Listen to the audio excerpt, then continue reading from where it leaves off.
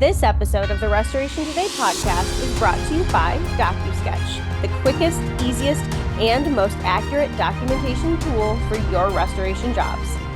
Cut your cycle times in half by using their all-in-one app to capture 360-degree video tours, request enhanced sketches, share field documentation, or get insurance-compliant estimates.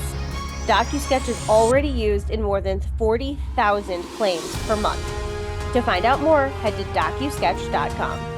Hey Restorers, welcome to a fresh episode of the Restoration Today podcast. I am very excited to have two gentlemen back with me to talk about some market updates, some economic updates, all of the things going on. So I had Aaron Brunko and Dave Obert from Verisk on the podcast back at Access. We recorded at the Access conference, and we're talking about some of the data comparing Q1 of this year to Q1 of last year and what was going on with claims volume, all of those things. And they are wonderful and have committed to doing this more regularly with CNR and to share this information. So they are back to talk about what the first half of this year has looked like so far, to talk a little bit about some of the economic indicators that we're seeing, Hurricane Beryl and the impacts that has had, and some other things. So, gentlemen, thank you very much for coming back and joining me again. So I'm going to toss it over to Aaron first to have you kind of introduce yourself and share a little bit about your background in the industry. Great. Thanks so much. Really appreciate you having us back. So hopefully there's some value in what we talk about to the community, and it's our job to show up and continue to reinforce our support for the restoration industry and the insurance reconstruction industry overall. Mm-hmm. I'm Aaron Brunko. I am the president of our Property Estimating Solutions, or you may more formally know us as the Xactware family of products. I've been with the organization for a little over 23 years and have held a large variety of roles within the organization. And I have the pleasure of leading this out and continue to innovate on behalf of our customers. So happy to be here. Perfect. All right. And Dave. Yeah, David Obert. I am Chief Product Officer at Property Estimating Solutions, otherwise known as Xactware, as Aaron mentioned. Been with our organization for 19 years and have and it's been quite the ride. It's been a lot of fun being able to be part of such an amazing organization where we care so much about innovation and responding to requirements from our customers, and just being part of the industry holistically. It really is one of the best industries on the planet. People don't realize it, and how amazingly tied we are to each other throughout the insurance ecosystem. But it's a lot of fun. And the only reason that we're here, Michelle, is because I keep on begging you to let us back on, because it's so much fun just getting to hang out with you, if nothing else. It is so fun. I mean, we spent a lot of time offline talking about the Tesla stuff behind you and Cybertrucks and all of the things. And I don't know, we have a lot of fun ahead of time. So eventually we have to hit record and get down to That's business. right. I love having you both on. So I appreciate this. Okay, which one of you wants to do? One of you kind of explained really quick to people who are listening in where this data comes from, where the insights come from, the data that you both have access to in the kind of the Verisk ecosphere. Yeah. So just at a very high level, when you think about Verisk overall, and you think about our focus within insurance, there's a couple of divisions that we have. We have the underwriting team, we have extreme event solutions, we have claims, and then we have specialty business solutions. And within claims, that's typically where we operate for the most part. We do collaborate with both underwriting and extreme event solutions. Within claims, that's where you have the Property Estimating Solutions business unit. And then where we collect a lot of the data is through the assignment process that goes through exact analysis. That's going to be a big part of it. Then we also have the Verisk Weather team. And the Verisk Weather team pulls information and essentially has a number of different solutions that they bring to bear, where they predict, hail size as an example, wind speeds, the direction of the wind, the hail intensity, tornado, hurricane, so on and so forth, in order to be able to provide intelligence in and around any particular event. And then also, as part of the broader team, we have the PCS group, and the PCS operates on the cat bonds for all intents and purposes for ILS and ILW markets. So that's what generally brings all of this information together and basically puts us in a position where we can share that information with the industry at an aggregate level. Mhm. So, Dave, did I miss anything? No, you covered it great. That was spot on, man. Nothing to add there.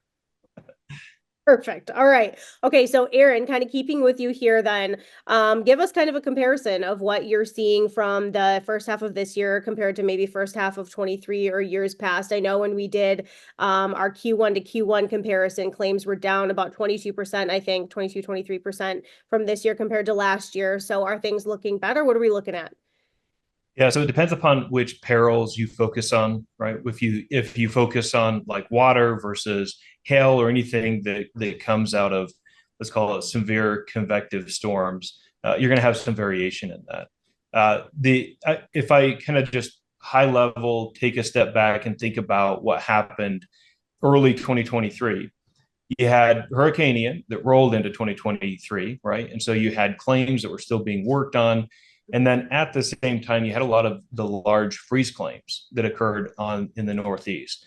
And so right out of the gate, 2023, you had some pretty significant water loss claims that occurred.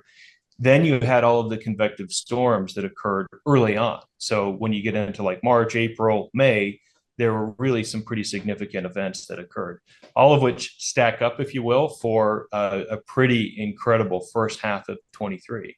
Yeah. When you focus on 24, you saw in the last quarter of 2023, the assignment volume start to trickle down. Yes. And then when you get into January, February, I think we had a small freeze event that occurred in Washington and Oregon at the beginning of this year. But beyond that, it was pretty mild for all intents and purposes, which is good for insurers, right? They've needed a break. When you look at the combined ratios of, the personal lines property or even commercial property, the insurance companies have been hurting. And so that's, one of the reasons why you see a lot of the rate increases. And, if you've noticed on your insurance, especially if you live in Florida, you've probably seen some pretty large increases that have occurred.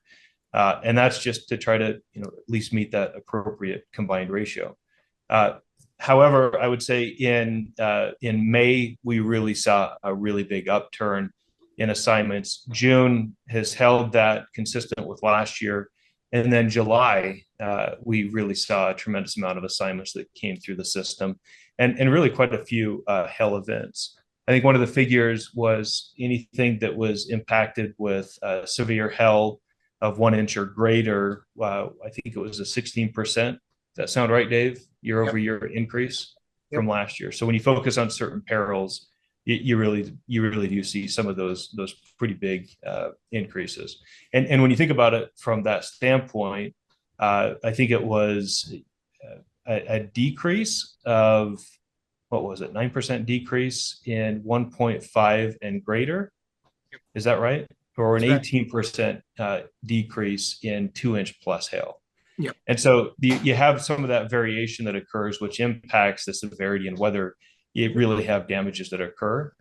The other interesting thing is if you don't have significant obvious damage, you may end up seeing damage or claims come in at a later point in time. We've done some of the measures where we've calculated how long from stated date of loss until like an assignment is received. Mm-hmm. And sometimes, that can be 180 days. You can go all the way up to 365 days. And sometimes we see people go over 365 from the date of loss until the initial assignment is received. So it gets kind of interesting when you look at it through that lens. That is really interesting. Dave, anything else you want to add to that one before we? Well, yeah, maybe just to throw out there. I mean, we saw what's been fascinating is Beryl. While Beryl wasn't perceived as a very large storm, it made landfall. It made landfall as a Cat 1, but because of the impact that it made and where it hit specifically in that Houston area, right? It had a significant amount of impact. But even beyond that, once it made hit land, its continued trajectory up through Oklahoma and kind of the way it went, it still took there was a lot of damage associated with it. I mean, we saw 3 million people had, 3 million households had no power. Yes.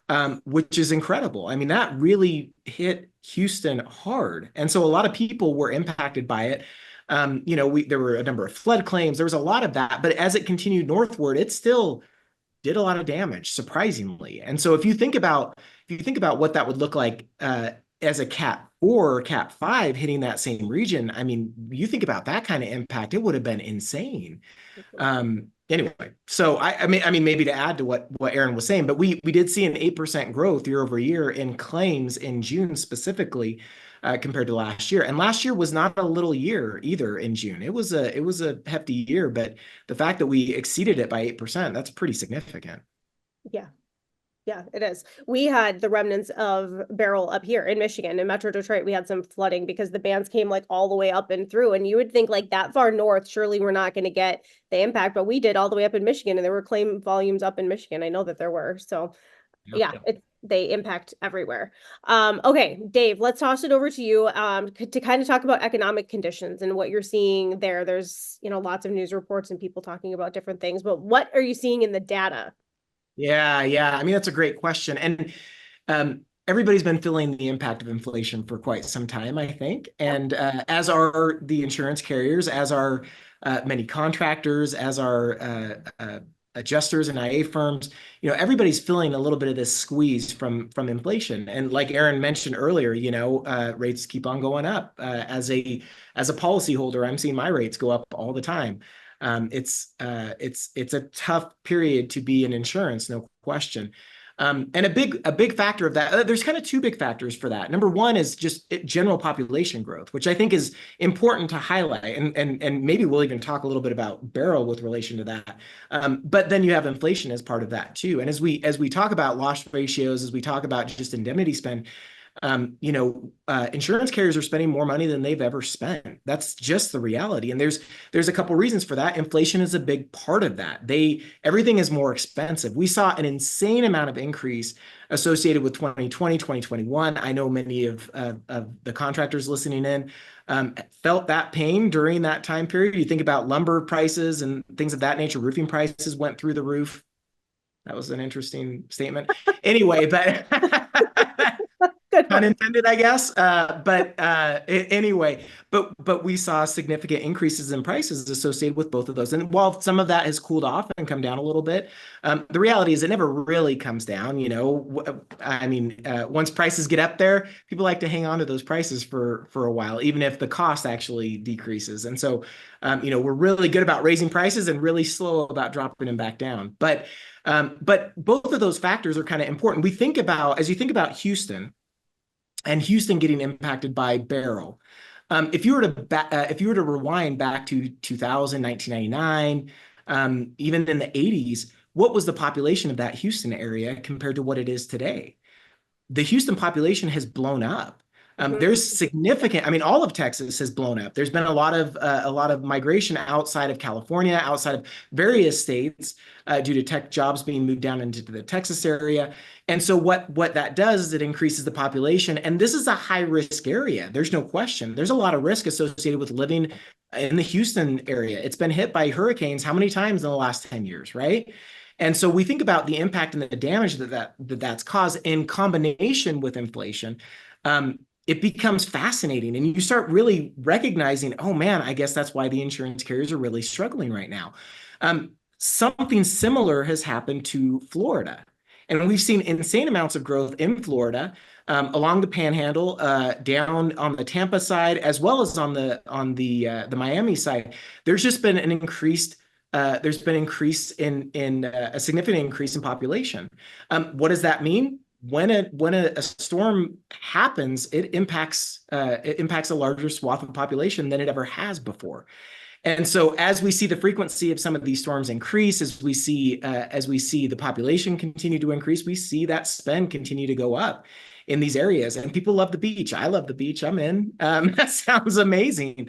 But because of that, we're seeing an increase in that. In fact, one of the studies that we had, our weather team did an interesting study. They took a hailstorm that impacted the Dallas area and suburbs in 2016, and they modeled it back in 2000 and compared it to if that were to happen today, as an example.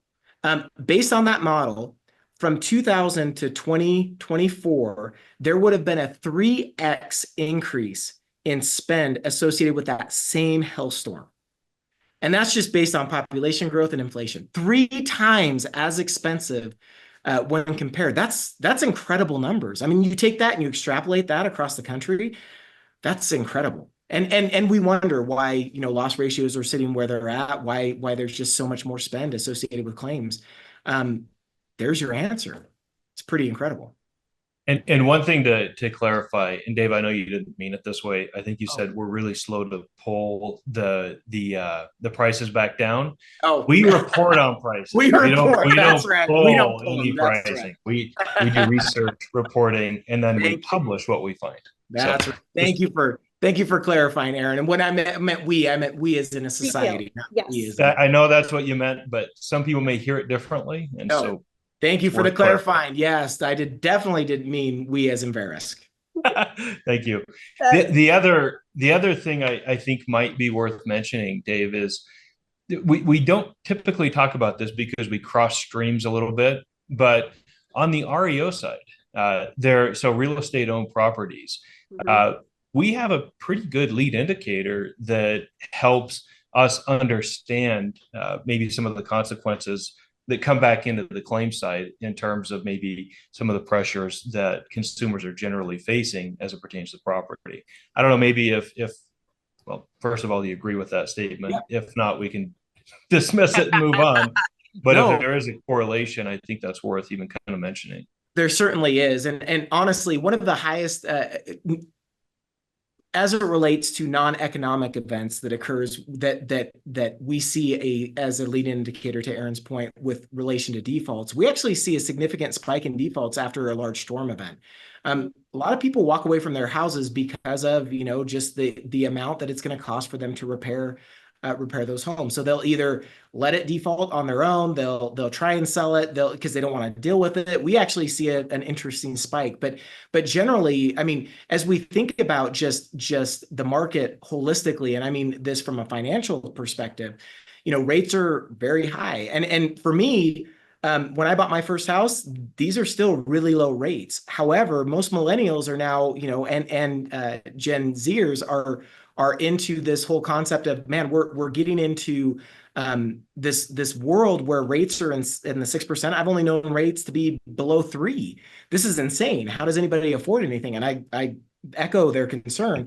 But we are seeing a higher rate of defaults happening by virtue of just the fact that our interest rates are so high. People are, you know, they're buying it at the absolute peak and then they're underwater. They can't afford it any longer. And so they either put it into REO or it goes straight into default. And there's all kinds of stuff that goes on with that. So we are absolutely, to Aaron's point, we're absolutely seeing a spike that has been, and candidly, with the moratorium that we saw in 2020 through 2022, there's a backlog that ended up happening as well. But you take those out, and we're still seeing an increase in overall default activity.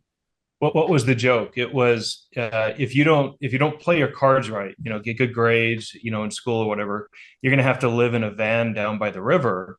And now it's, if you play your cards right, you'll get to live in a van down by the river. Right? That gets to the whole affordability issue. That's right. A lot of people just coming into the market. So. Yeah, it is all wild. I was thinking about the Houston market as you two were talking about it, and I know that they're one of the fastest growing markets to draw in even like younger generations, younger workers, and there are builders there building entire neighborhoods. They can have a house built in 90 to 180 days and poof, building these neighborhoods out, and it's wild. So yeah, it depends on where you are and what it looks like.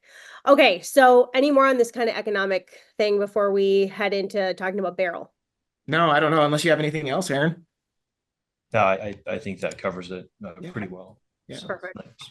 Okay, so Aaron, I will toss this back to you then to kind of talk about Hurricane Beryl and what you guys saw and in the data related to that, what kind of storm that was. We obviously have another storm kind of barreling through the US now, and we're still only the beginning of August, so who knows what's to come, but I know the predictions are high, so we'll get to that in a minute. But anyway, go ahead. Yeah, I think the interesting thing, so I'll be fairly brief on this. I think the interesting thing was that Beryl was a Category 5 hurricane when it was first recorded, I think on July 1st. That, I believe, is a new record in the Atlantic, right? So it's the first hurricane at a Cat 5, and we're just getting started. It's August 6th, right? And the waters are very warm.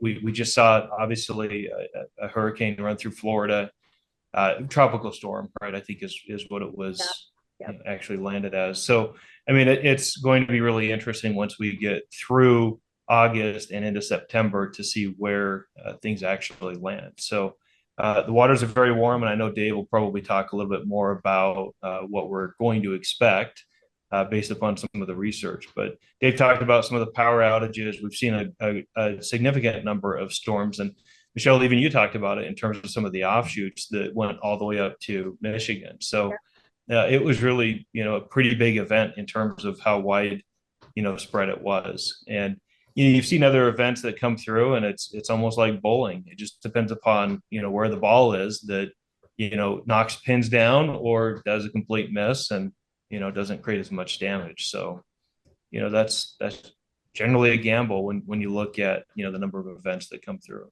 So okay, Dave, you want to talk about some of the predictions and what your team is seeing looking ahead into 2024 for what's happy to. And in fact, one of the things, and last time we talked, we had a little bit of a conversation about Colorado State and kind of their predicted models and things like that, which, by the way, my alma mater, that's where I got my master's degree, is from CSU. So representing Rams, let's go.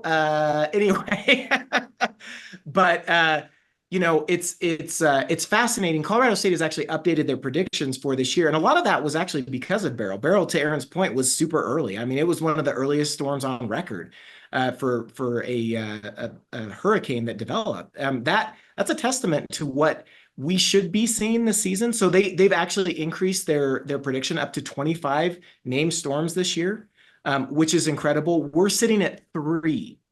So to add some perspective, we don't have that much. I mean, we certainly have some time left in hurricane season, no question.